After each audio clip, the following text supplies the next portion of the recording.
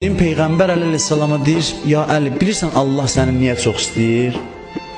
Maraqlı sualdır da. Əlini Allah niyə çox istəyir? Namazına görə, orucuna görə, cihadına görə, nəyə görə çox istəyir? Niyə seçib cəmaatisindən deyir, Əlini çox istəyirəm? Peyğəmbər soruşur Həzrət Əlidən. Heç soruşmusan özündən, bilirsənmi ki, Allah səni niyə çox istəyir? Dedi, mən bilmirəm ya Rəsulallah.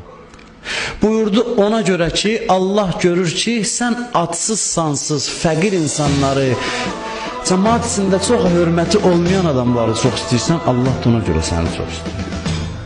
Sən məclisə girəndə gedib imkanının yanında oturmursan ki, bəlkə nəsə bir işimi düzəldi. Adlı sanlıya tərəf getmirsən. Sən gedirsən məclisdə o adamın yanına ki, onun yanında oturan yoxdur. O adamın yanına gedirsən ki, onun ayağına durmurlar. Sən fəqir, yoxsul insanları sevirsən.